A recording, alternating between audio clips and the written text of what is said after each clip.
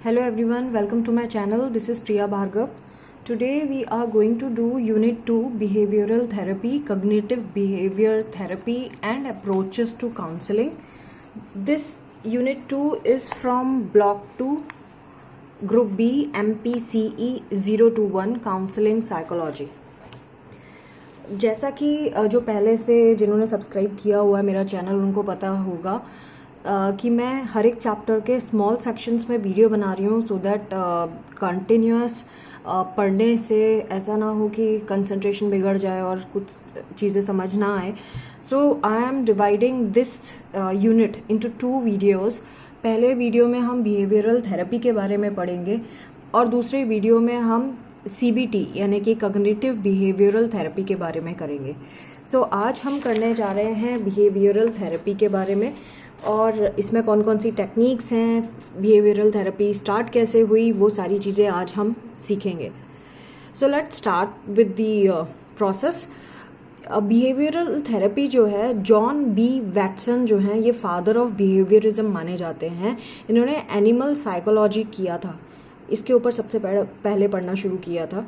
Behaviourist thinking ये कहती है कि जो मेंटल कंटेंट होता है ये हमेशा पब्लिकली ऑब्जर्वेबल नहीं होती. बहुत सारी चीज़ें बहुत दिमाग में क्या चल रहा है सब कुछ पब्लिकली नहीं पता चलता और इसीलिए साइंटिफिकली हम इसके ऊपर स्टडी भी नहीं कर सकते क्योंकि बहुत सारी चीज़ें हमें पता नहीं चलती दिमाग की. सो जो न्यू प्रैक्टिशनर्स आए बिहेवियरल थेरेपी में उन्होंने इंसिस्ट किया कुछ चीज़ों पे, जैसे कि जो माल एडेप्टिव बिहेवियर्स हैं वो सिर्फ किसी अंडरलाइंग प्रॉब्लम के सिम्टम नहीं होते, वो खुद प्रॉब्लम होते हैं. दूसरा उन्होंने ये बोला कि जो बिहेवियरल प्रॉब्लम्स होती हैं वो लर्नेड चीज़ है, मतलब सीखी गई है, उसी तरह जैसे कि नॉर्मल बिहेवियर सीखे जाते हैं. थर्ड उन्होंने ये बोला कि माल एडेप्टिव बिहेवियर्स जो होते हैं इन्हें अनलर्न भी किया जा सकता है कुछ प्रिंसिपल अप्लाई करके. जैसे कि कौन कौन से principles? Classical conditioning, operant conditioning and modelling. In method से हम माल एडेप्टिव बिहेवियर को अनलर्न भी कर सकते हैं. तो ये 3 बेसिक आइडियाज़ थे जो न्यू प्रैक्टिशनर्स बिहेवियरल थेरेपी में अप्लाई करते हैं. एक बार फिर से देख लें इसमें इन्होंने क्या क्या कहा कि माल एडेप्टिव बिहेवियर सिर्फ सिम्टम नहीं होता किसी प्रॉब्लम का, वो खुद प्रॉब्लम होती है. दूसरा, जैसे कि एक नॉर्मल बिहेवियर सीखा जाता है वैसे प्रॉब्लम बिहेवियर भी सीखा जाता है. तीसरा, माल एडेप्टिव बिहेवियर को अनलर्न किया जा सकता है डिफरेंट प्रिंसिपल के through. Now coming to behavioural therapy जो होती है उसमें हम बिहेवियर को चेंज करते हैं क्लाइंट के सो दैट जो उसका डिसफंक्शन है उसको कम किया जा सके और उसकी क्वालिटी ऑफ लाइफ को इम्प्रूव किया जा सके. तो बिहेवियरल थेरेपी जो है उसमें बहुत सारी मेथडोलॉजीज लगाई जाती हैं और इसीलिए इस मेथडोलॉजी को हम बिहेवियर एनालिसिस के नाम से भी जानते हैं. सो इसमें बहुत सारी हम स्ट्रैटेजीज फॉलो करेंगे जो बिहेवियर चेंज में हेल्प करने वाली हैं. कुछ टेक्नोलॉजी को यूज़ करेंगे जो बिहेवियर चेंज करेंगी और भी टेक्निक्स यूज़ करेंगे. रिगार्डिंग हिस्ट्री की बात करें तो इसमें बताया है कि 1920 में पहली बार लर्निंग प्रिंसिपल को अप्लाई किया गया था बिहेवियरल डिसऑर्डर के ट्रीटमेंट के लिए. तो जो वॉल्पे ने डेवलप किया था सिस्टमैटिक डिसेंसिटाइजेशन.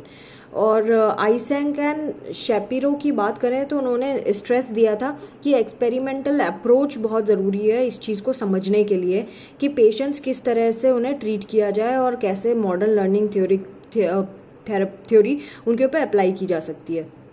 हार्वर्ड के साइकोलॉजिस्ट थे B.F. स्किनर. उन्होंने भी इम्पेयर्ड जो ओरिजिन है बिहेवियर थेरेपी का वो भी उन्होंने इंस्पायर किया था बिहेवियर थेरेपी के ओरिजिन को. जो स्किनर हैं उन्होंने ये ऑपरेंट कंडीशनिंग टेक्नोलॉजी अप्लाई करनी शुरू की थी स्टूडेंट्स पे. उनके स्टूडेंट्स ने अप्लाई करना शुरू किया था ऑपरेंट कंडीशनिंग टेक्नोलॉजी. सो बहुत लैब में बहुत सारे उन्होंने एनिमल के ऊपर कंडीशनिंग करके देखा, फिर ह्यूमन बींग्स के ऊपर भी क्लिनिकल सेटिंग्स में करके देखा. नाउ इन्होंने ये बताया कि क्लासिकल कंडीशनिंग प्रोसीजर जो होता है ये 2 मेजर वेज से किया जा सकता है. जैसे कि ये रिड्यूस करते हैं या डीकंडीशन करते हैं एंजाइटी रिस्पॉन्सेस को और दूसरा है ये अटेम्प्ट करते हैं एवर्सिव स्टिमुलाई को कंडीशन करने में, एवर्सिव स्टिमुलाई को। फिर बहुत सारे जो क्लासिकल कंडीशनिंग प्रोसीजर्स है जो कॉमनली यूज होते हैं वो है systematic desensitisation, exposure therapy and aversion therapy, जो हम यहाँ कवर करने वाले हैं। पहला आता है सिस्टमैटिक डिसेंसिटाइजेशन, जो जोसेफ वॉल्पे ने दिया था और ये 1958 में दिया था। सो इन्होंने ये एंग्जाइटी डिसऑर्डर को ट्रीट करने के लिए ये यूज़ किया था सबसे पहले। तो एंग्जाइटी जो होती है ये क्लासिकल कंडीशन रेस्पॉन्स है जो किसी पर्टिकुलर सिचुएशन में होता है। हम एंग्शियस कब होते हैं? हम किसी पर्टिकुलर सिचुएशन में एंग्शियस होते हैं और कुछ सिचुएशंस में नहीं होते हैं। तो उनका गोल ये था कि जो एंग्जाइटी है उसको एलिमिनेट कर दिया जाए, मतलब हटा दिया जाए कुछ प्रोसीजर को यूज़ करके। और वो जो प्रोसीजर यूज़ करेंगे उसको बोलते हैं काउंटर कंडीशनिंग। सो इस रेस्पॉन्स में उन्होंने क्या किया कि इनकम्पैटिबल जो रेस्पॉन्स है, नया रेस्पॉन्स, उसको प्रोड्यूस करना है एंग्जाइटी के बजाय। यानी कि एंग्जाइटी अगर होती भी है तो एंग्जाइटी होने से क्या होता है, जो परेशानी आती है एंग्जाइटी की वजह से, जो दिक्कत आती है वो ना आए। जो उस कंडीशन में एक सी दो चीज़ें हैं, एक तो है कंडीशन, किस वजह से, कारण क्या है, और cause and effect thing. Cause क्या है और इफेक्ट क्या होता है, एंग्जाइटी होती है। कॉज क्या होता है, किस सिचुएशन में एंग्जाइटी हो रही है। तो अगर उस सिचुएशन में एंग्जाइटी ना होके कुछ और होता है, रिलैक्सेशन होती है, तो वो प्रॉब्लम तो सॉल्व हो जाती है।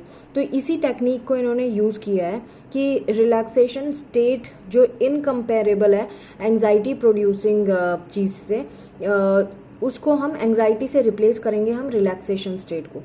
तो रिलैक्सेशन स्टेट जो है इसको कंडीशन किया जाएगा एंग्जाइटी अराउजिंग कंडीशन से, स्टिमुलस से। यानी कि कंडीशन स्टिमुलस का मतलब होता है ऐसा रीज़न जिसकी वजह से एंग्जाइटी हो रही है। जैसे कि एक कमरे में बंद होना, ये एंग्जाइटी प्रोवोकिंग है। तो उस कमरे में बंद होके भी अगर एंग्जाइटी ना हो तो हमने प्रॉब्लम सॉल्व कर दी। सो प्रॉब्लम यानी कि एंग्जाइटी ना हो। अब एंग्जाइटी को अगर हम हटा के रिलैक्सेशन स्टेट में कर दें, यानी कि रूम में बंद होने के बाद भी किसी को एंग्जाइटी नहीं हो रही है, वो रिलैक्स्ड फील कर रहा है, तो प्रॉब्लम सॉल्व हो जाती है। Same is with height. तो इन्होंने यही बताया है कि हम इस तरह से करेंगे। तो इसको बोलते हैं प्रिंसिपल ऑफ काउंटर कंडीशनिंग। जो पर्सन है वो माल एडेप्टिव एंग्जाइटी जो होती है उसको ओवरकम करने की कोशिश करेगा। ये सिस्टमैटिक डिसेंसिटाइजेशन से हो सकता है, जो पेशेंट पे हम अप्लाई कर सकते हैं, जिससे पेशेंट कंप्लीट रिलैक्सेशन स्टेट में जाता है और जब उसको वो एंग्जाइटी प्रोवोकिंग स्टिमुलस सामने आता है तो उसको एंग्जाइटी नहीं होती है। तो नेगेटिव रिएक्शन जो एंग्जाइटी का है वो इनहिबिट हो जाएगा और रिलैक्स स्टेट हो जाएगा। तो इसको बोलते हैं reciprocal inhibition. Now coming to इसका पूरा प्रोसेस क्या है, जो पूरा सिस्टमैटिक डिसेंसिटाइजेशन है उसका प्रोसेस क्या है, ये बहुत इंपॉर्टेंट है। ये एग्जाम में आ चुका है। जैसा मैं बताऊं, जिसमें भी रेड कलर का मार्क दिख रहा है आपको, टिक लगा हुआ, यानी वो पहले एग्जाम में आ चुका है और आगे भी आएगा। तो सिस्टमैटिक डिसेंसिटाइजेशन जब आता है तो आपको यहाँ से लिखना शुरू करना है, जहाँ से मैं अभी बताने जा रही हूँ। सिस्टमैटिक डिसेंसिटाइजेशन में 3 स्टेप है। एक है हायरार्की कंस्ट्रक्शन, दूसरा है रिलैक्सेशन ट्रेनिंग और तीसरा है desensitisation of the fear evoking stimulus. तो पहला हायरार्की कंस्ट्रक्शन में हम ये करते हैं कि 10 से लेकर 12 ऐसे सीन्स लिखवाते हैं क्लाइंट से जिसमें वो क्लाइंट को डर लगता है, जिस कंडीशन में, जो ऐसी सिचुएशंस है जिसमें उसको एंग्जाइटी होती है। तो सबसे कम एंग्जाइटी से लेकर सबसे ज़्यादा एंग्जाइटी होने वाली कंडीशन, ये इन्होंने एक एग्जांपल भी दिया है जो मैं नहीं बताने वाली हूँ क्योंकि इससे वीडियो ज़्यादा बड़ा हो जाएगा। आप पढ़ सकते हैं, ये एक एग्जांपल है। एग्जांपल के साथ आप एग्जाम में लिख के आएंगे कि सबसे कम एंग्जाइटी जिसमें होती है वो सिचुएशन ये है, और उसके बाद जैसे जैसे बढ़ती जाती है सिचुएशन नंबर वाइज उसने लिखी है, और सबसे ज़्यादा एंग्जाइटी प्रोवोकिंग सिचुएशन को सबसे लास्ट में दिया है। नाउ रिलैक्सेशन ट्रेनिंग की बात करें तो रिलैक्सेशन कई तरीके से कराया जा सकता है। रिलैक्सेशन ट्रेनिंग में जो पर्सन है वो अपनी फिजियोलॉजिकल रेस्पॉन्सेज है जो एंग्जाइटी में होते हैं उसको कैसे हैंडल करना है वो सीखेगा। तो इस टेक्निक में हम क्या करते हैं, फिजियोलॉजिकल इफेक्ट्स जो होते हैं उसका अपोजिट करवाते हैं। जैसे कि जब एंग्जाइटी होती है तो हार्ट रेट बढ़ जाता है, तो रिलैक्सेशन से स्लो हो जाएगा। पेरिफेरल ब्लड फ्लो भी बढ़ जाएगा। और जो न्यूरोमस्कुलर मस्कुलर एक्टिविटी है वो भी एक्टिवेट हो जाएगी, तो वो स्टेबिलिटी, जब रिलैक्सेशन होएगी तो स्टेबल हो जाएगा बंदा। तो इस तरह से ये रिलैक्सेशन ट्रेनिंग में हम ये करने की कोशिश करेंगे। तो बहुत सारे मेथड होते हैं। एक होता है प्रोग्रेसिव रिलैक्सेशन, उसको सोमैटिक रिलैक्सेशन ट्रेनिंग भी कहती है। ये एडमंड जैकॉब्सन ने दिया था, ये साइकेट्रिस्ट थे, इन्होंने दिया था। तो जैकॉब्सन रिलैक्सेशन टेक्निक के नाम से भी जानी जाती है ये टेक्निक। इसमें हम क्या करते हैं, कैसे अराउजल जो हो रहा है उसको कैसे ठीक करना है। तो पेशेंट जो है वो मेजर जो मसल ग्रुप्स हैं उनको रिलैक्स करेगा एक फिक्स्ड ऑर्डर में। छोटे मसल ग्रुप से शुरू करेगा और फिर नीचे बॉडी के नीचे से ऊपर की तरफ जाएगा, जिसे बोलते हैं लोअर एक्सट्रीमिटीज से जब हेड की तरफ जाता है तो इसको बोलते हैं सिफेलोकॉर्डल मूवमेंट। तो सिफेलोकॉर्डल मतलब पैर से सर की तरफ जो मूवमेंट हो रहा है, यानी जब रिलैक्सेशन हो रहा है तो पैरों का कर रहे हैं, उसके बाद धीरे धीरे ऊपर की तरफ बढ़ते जा रहे हैं, हेड तक पहुंच रहे हैं। इसका उल्टा भी कर सकते हैं, हेड से नीचे की तरफ भी जा सकते हैं एक्सट्रीमिटीज में। नाउ ये जो दूसरा टेक्निक जो है रिलैक्सेशन की वो है हिप्नोसिस। हिप्नोसिस फैसिलिटेट करता है रिलैक्सेशन, या फिर ये टेप जो होते हैं, टेप रिकॉर्डर्स जो होते हैं उसमें उसके थ्रू भी एक्सरसाइज की जा सकती है, जिससे पेशेंट रिलैक्सेशन को प्रैक्टिस कर सकता है। थर्ड तरीका है मेंटल इमेजरी। मेंटल इमेजरी मतलब कि एक रिलैक्सेशन मेथड है जिसमें पेशेंट को इंस्ट्रक्ट किया जाएगा कि ऐसी सिचुएशंस को इमेजिन करो जहाँ पे वो रिलैक्स्ड फील करते हैं, यानी ऐसी मेमोरीज जिसमें उन्हें रिलैक्सेशन फील होता है, प्लीसेंट फील होता है।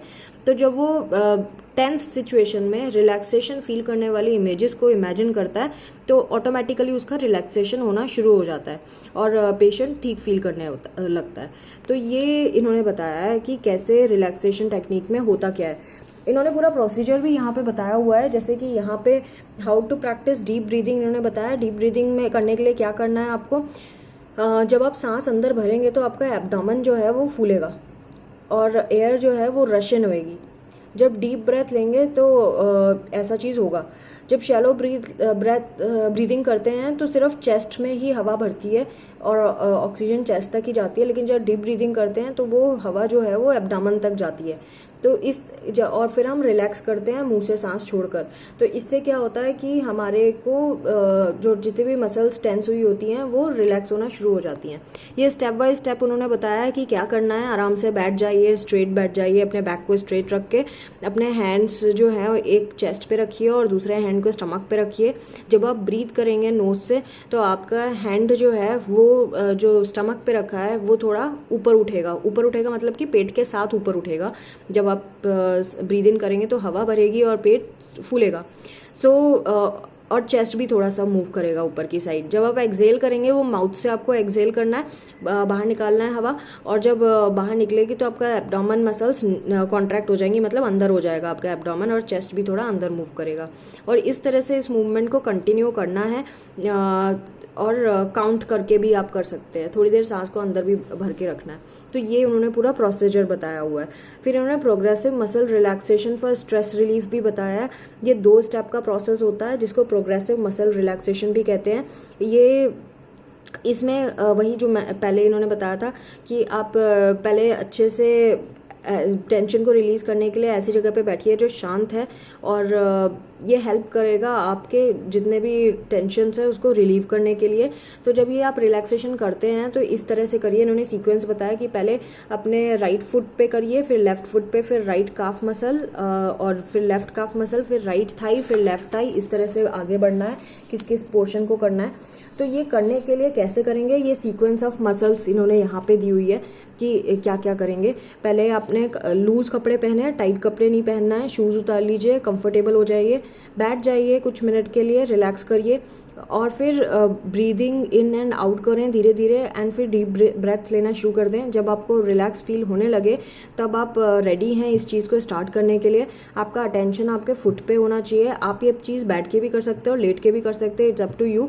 जो मूवमेंट जो आपके पैर है, आप क्योंकि फीट से शुरू कर रहे हैं अपने, तो आपका जो फुट है वो उसकी पूरी मसल्स को आप कॉन्ट्रैक्ट करिए, कसिए जोर से, और हाथ से नहीं करना, अपने आप ही ऑटोमेटिक जो वॉलंटरीली मसल्स कॉन्ट्रैक्ट होती हैं उनको करिए। 10 तक काउंट करिए स्क्वीज़ करते हुए अपनी मसल्स को, एंड देन फिर उसको रिलैक्स कर दीजिए। रिलैक्स स्टेट में कुछ देर रहिए, उसके बाद फिर यही चीज़ लेफ्ट फीट के लिए शुरू करिए। इस तरह से आप फिर काफ मसल्स के लिए करेंगे, ऐसे करके आगे आगे बढ़ते जाएंगे। जब पूरा ये प्रोसेस हो जाएगा तो आपको रिलैक्सेशन फील होएगा। नाउ थर्ड स्टेप जो बताया, desensitisation of the anxiety provoking stimulus, ये कैसे करना है। डीसेंसिटाइजेशन थर्ड स्टेप था इसमें। तो डीसेंसिटाइजेशन में क्या करेंगे, अब एक बार मैं आपको रिकॉल करा दूं। फर्स्ट स्टेप था कि जब आप लिस्ट करते हैं कौन कौन सी सिचुएशंस आपको प्रॉब्लम क्रिएट करती हैं। सेकंड था रिलैक्सेशन टेक्निक्स, जिसमें 2-3 टेक्निक्स हमें सिखाई गई। थर्ड स्टेप है कि डीसेंसिटाइजेशन कैसे करना है, मतलब कि जब एंग्जाइटी हो रही है तब आपको इस चीज़ को, जो आपने रिलैक्सेशन टेक्निक सीखी, उसको आप कैसे हैंडल करेंगे, कैसे यूज़ करेंगे प्रॉब्लम को सॉल्व करने के लिए। तो इन्होंने बताया कि जब आप एंग्जाइटी प्रोवोकिंग सिचुएशन को इमेजिन करते हैं तो वो आपको एंग्जाइटी, एक एक करके आप सारी जो सिचुएशंस आपको एंग्जाइटी क्रिएट करती है उसको सोचिए। पहली कंडीशन जो सबसे कम एंग्जाइटी प्रोड्यूस करती है उसको सोचिए, और अगर आपको एंग्जाइटी होती है उसको सोचने पर तो आप ये डीप रिलैक्सेशन टेक्निक को फॉलो करिए। और अगर आपको नहीं होती है तो आप सेकंड एंग्जाइटी प्रोवोकिंग कंडीशन के बारे में सोचिए। अब उसके बारे में सोचने पर अगर एंग्जाइटी नहीं होती तो आप थर्ड स्टेप में जाएंगे, थर्ड एंग्जाइटी प्रोड्यूसिंग कंडीशन को सोचेंगे। अगर थर्ड वाली में आपको एंग्जाइटी होती है तो आप फिर से पूरा डीप रिलैक्सेशन टेक्निक को यूज़ करेंगे, और फिर जब रिलैक्स फील करने लगेंगे तो आप आगे बढ़ते जाएंगे। तो इस तरह से पूरी की पूरी जितनी सिचुएशंस आपको टेंशन क्रिएट करती है उन सबको 1 बाय 1 आपको फॉलो करना है, और एक ऐसी सिचुएशन में आप पहुंच जाएंगे जहाँ पे आपको कोई भी प्रॉब्लम परेशान नहीं करेगी। नेक्स्ट टेक्निक है exposure and extinct approach. Exposure जैसे नाम से ही पता चल रहा है, जैसे कि अगर आपको किसी चीज़ का डर है, ये ज़्यादातर फोबिया वाले पेशेंट्स के साथ, या जो जिनको फियर होता है किसी चीज़ का, उसको उसमें यूज़ करते हैं। ये कंडीशन इमोशनल रेस्पॉन्स होता है। तो इसमें इन्होंने एक हाइट का एग्जांपल दिया है कि अगर हाइट से किसी इंसान को एंग्जाइटी होती है, हाइट ऊंचाई पे जाने से, तो उसको क्या करेंगे, उस इंसान को एक ऊंची हाइट पे ले जाके छोड़ देंगे, क्योंकि उसका हाइट से रिलेशन है एंग्जाइटी से। तो वो थोड़ी देर तक तो एंग्जाइटी फील करेगा, उसके बाद जब उसको बार बार उसी हाइट से इंटरेक्शन होगा तो वो ऑटोमेटिकली एक्सपोज हो जाएगा उस कंडीशन से, और फिर धीरे धीरे उसकी एंग्जाइटी की कंडीशन कम होती जाएगी। यही सेम चीज़ रियल लाइफ में भी कर सकते हैं और इमेजरी भी कर सकते हैं। उन्हें इमेजिन करवा के भी कर सकते हैं, आईज क्लोज करके, कि इमेजिन करो कि तुम हाइट में हो, और हाइट पे होने के बाद अब तुम महसूस करो कि तुम्हें कैसे, कितना डर लगता है, तो तुम कैसे हैंडल करोगे, ऐसे करके। एंड उसके बाद धीरे धीरे जब वो कई बार इस चीज़ को फेस करेगा क्लाइंट, तो ऑटोमेटिकली वो उस कंडीशन से बाहर आ जाएगा, और उसको रिलैक्सेशन की टेक्निक सिखा दी जाएगी, तो वो रिलैक्स करेगा इंस्टेड ऑफ फीलिंग एंग्शियस। इसको बोलते हैं एक्सपोजर। इसी चीज़ को हम वर्चुअली भी कर सकते हैं, वर्चुअल रियलिटी से, मतलब कंप्यूटर टेक्निक से भी कर सकते हैं, क्योंकि कंप्यूटर्स आजकल उस तरह से सिमुलेशन, कंप्यूटर सिमुलेशन कहते हैं इसको। कंप्यूटर पे हम उसको वैसा सीन दिखाते हैं एंड उसको इमेजिन करवाते हैं कि वो उस सिचुएशन में पहुंच गया, उस कंडीशन में पहुंच गया। अब उसको पता है कि ऐसा कोई डेंजर नहीं है, तो वो धीरे धीरे जब वो उन कंडीशंस को एक्सपीरियंस करेगा और रिलैक्स फील करेगा तो ऑटोमेटिकली वो चीज़ें चली जाएंगी। तो इस तरह से इसमें एक्सपोजर टेक्निक में किया जाता है कि उन जिनसे डर है उसको एक्सपोज, उससे धीरे धीरे भी करते हैं, स्टेप वाइज भी करते हैं। पहले कम हाइट पे लेके जाएंगे, फिर थोड़े और ऊंची हाइट पे लेके जाएंगे।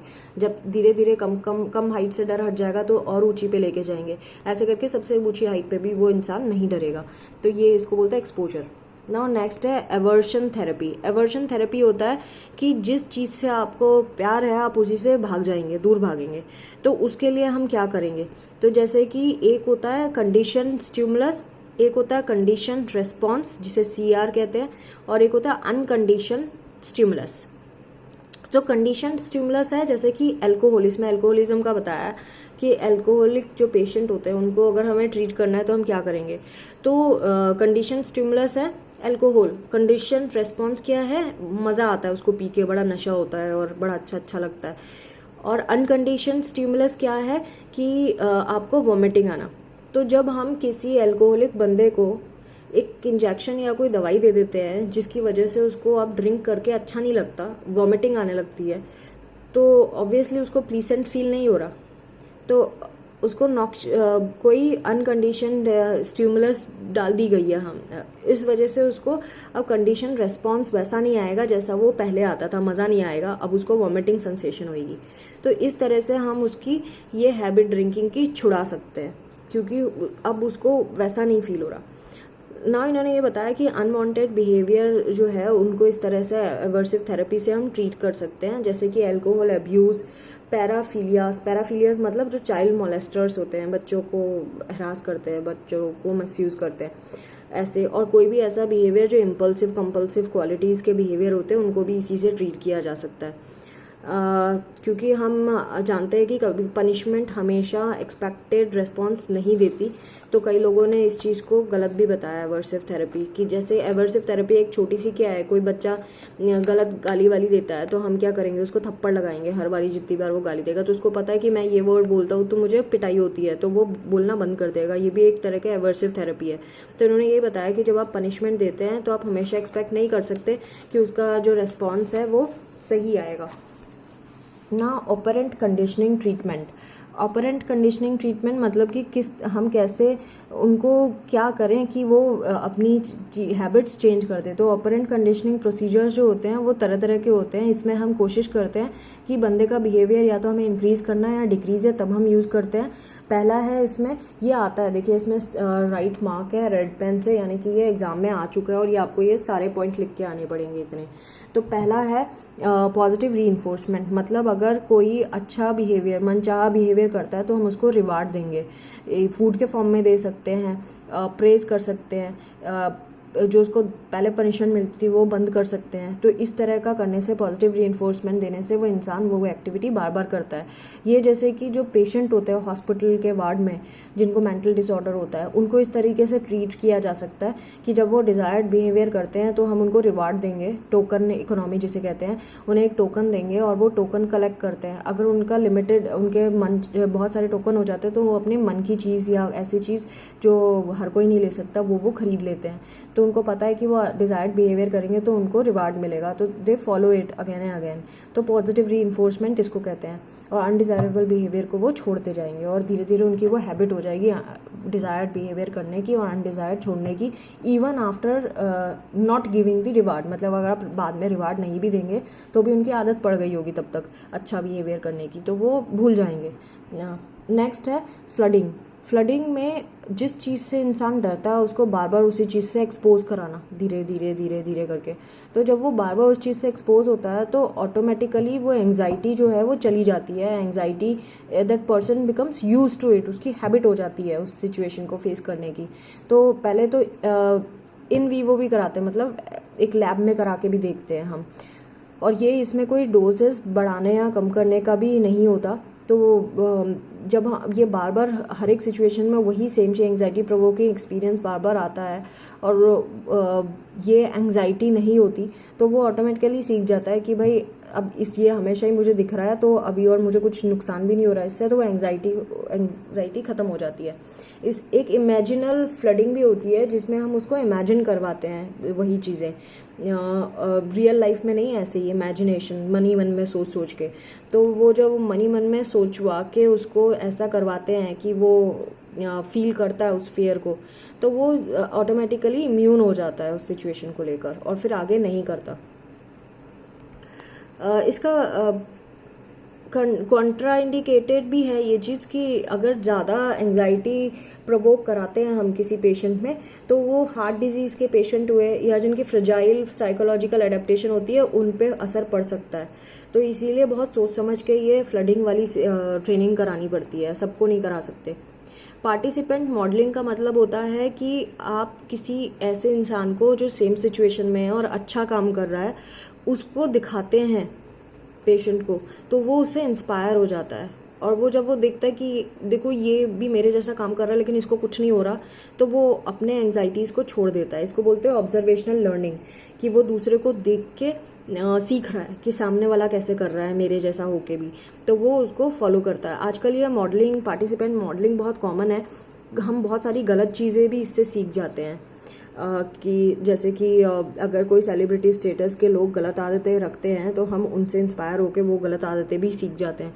तो it has positive and negative both effects. We need to decide positive क्या है, नेगेटिव क्या है, क्या फॉलो करना है, क्या नहीं फॉलो करना है. सो ये ऑब्जर्वेशनल लर्निंग इसे कहते हैं कि अपने जैसे को देख के सीखना. ये बिहेवियरल रिहर्सल की इन्होंने बात की है कि कुछ एक्टिविटीज़ होती हैं जो एंग्जाइटी प्रोवोकिंग होती हैं और उसको कैसे डील करना है. तो पार्टिसिपेंट मॉडलिंग टेक्निक जो होती है ये सक्सेसफुली यूज़ हुई है एगोराफोबिया में. एगोराफोबिया का मतलब होता है भीड़ में डरना, लोगों के बीच में जाने से डरना, उसको बोलते हैं एगोराफोबिया. तो इसमें जो थेरेपिस्ट है वो इसके पेशेंट के साथ रहता है और उसकी फेयर सिचुएशन के टाइम पे, और उसको फिर डील करवाता है कि कैसा बिहेवियर करना है. अगर आप डरते भी है तो भी आपको कैसे बिहेव करना है कि लोगों को पता ना चले.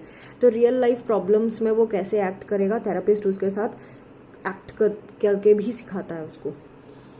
नेक्स्ट है असर्टिवनेस टेक्निक. असर्टिवनेस टेक्निक का मतलब होता है कि हम पर्सन को कैसे दुनिया को फेस करना है अपने बेस्ट इंटरेस्ट को देखते हुए, वो कैसे अपने अधिकार के लिए खड़ा हो, एंजाइटी हो तो भी कैसे हैंडल करना है उसको, कैसे अपनी फीलिंग्स को कंफर्टेबली एक्सप्रेस करना है गुस्सा ना करके, और कैसे अपने पर्सनल राइट्स को एक्सरसाइज करना है. ये असर्टिवनेस ट्रेनिंग में सिखाई जाती है. इसके 2 टाइप्स बताए हैं जो फ्रीक्वेंटली असर्टिवनेस बिहेवियर शो किया जाता है. जैसे कि जो पुशी फ्रेंड्स होते हैं या रिलेटिव्स होते हैं जो सारे टाइम पिंच करते रहते हैं, इरिटेट करते रहते हैं, तो उनकी कैसे लिमिट सेट करनी है. उनको ये बताना है कि कब तक वो उनकी बात बर्दाश्त की जाएगी और कब नहीं की जाएगी. दूसरा है कमर्शियल सिचुएशंस में जब कोई सेल्स पर्सन आके बार बार आपको पिंच कर रहा है, मैम प्लीज़ ले लीजिए हमारा सामान. अब आपको ये डिसाइड करना है आप कब तक उसको एंटरटेन करेंगे और कब व्हेन टू से नो. तो गुस्से से बोलना है या पोलाइटली बोलना है, किन शब्दों में बोलना है, वो सब असर्टिवनेस ट्रेनिंग में आता है. सो मारपीट की हर बारी ज़रूरत नहीं होती है. नेक्स्ट है social skill training. Social skill training उनको दी जाती है जो लोग डिप्रेशन से बाहर आए हैं या शिजोफ्रेनिक है, क्योंकि ये डरते हैं लोगों से इंटरेक्ट करने में, वो शक करते हैं दूसरों पे. शिजोफ्रेनिक लोग, उन्हें हेलुसिनेशंस होते हैं. तो जब वो ट्रीटमेंट से बाहर आते हैं तो बहुत सेंसिटिव माइंड होता है इनका. डिप्रेशन वाले भी कुछ इसी तरह से होते हैं जो उनको अपना ध्यान नहीं रखते, अपने सामान का ध्यान नहीं रखते, परेशान हो जाते हैं जरा सी बात को लेकर. उनका पूरा सिस्टम बिगड़ा हुआ होता है जो धीरे धीरे संभलता है. तो उसमें उनको हम सोशल स्किल ट्रेनिंग देते हैं कि फिर से अपनी लाइफ को लाइन पे कैसे लाया जाए. तो उसमें हम उन्हें बताते हैं कैसे कन्वर्सेशन करनी है लोगों से, कैसे कॉन्फ्लिक्ट को मैनेज करना है. कॉन्फ्लिक्ट मतलब लड़ाई झगड़ा या बहस, उसको कैसे मैनेज करना है. असर्टिवनेस की यहाँ पे टेक्निक्स बताई हैं. असर्टिवनेस मतलब कैसे रिक्वेस्ट करनी है लोगों से, कैसे रिक्वेस्ट को रिफ्यूज़ करना है, कैसे कंप्लेंट करनी है, कैसे कंप्लेंट को रेस्पॉन्ड करना है, कैसे अनप्लीजेंट फीलिंग को एक्सप्रेस करना है, कैसे इन्फॉर्मेशन के बारे में पता करना है, कैसे अपोलोजाइज करना है, कैसे अपने डर को बताना है, कैसे अल्कोहल और ड्रग्स को मना करना है. ये सारी चीज़ें असर्टिवनेस ट्रेनिंग में आती हैं. फिर कम्युनिटी लिविंग, कम्युनिटी में आप किस तरह से रहोगे, लोगों के बीच में कैसे रहोगे, कैसे हैंडल करोगे अपनी चीज़ें, वो सिखाई जाती हैं. फ्रेंडशिप और डेटिंग के बारे में बताया जाता है. काम और वोकेशन, आपका जो काम है उसको कैसे हैंडल करना है वो सिखाया जाता है. मेडिकेशन मैनेजमेंट सिखाया जाता है. दवाइयों का कैसे ध्यान रखना है, दवाइयों का टाइम टेबल क्या है, उसको किस टाइम पे कौन सी दवाई खानी है, वो सारी चीज़ें उनको सिखाई जाती है. तो ये सोशल स्किल ट्रेनिंग में आता है. So friends, this was all about behaviour therapy. This topic is dam important. इसमें से पक्का आता है, आपको बहुत अच्छे से इसको तैयार करना है. एंड ये रियल लाइफ में भी बहुत यूज़ होता है जो प्रैक्टिस करेंगे आगे जाके काउंसलिंग की. So I hope my videos are useful to you. Please do not forget to subscribe and share my videos to rest of the students so that everyone gets help out of it. Thanks for watching. Take care. Bye bye.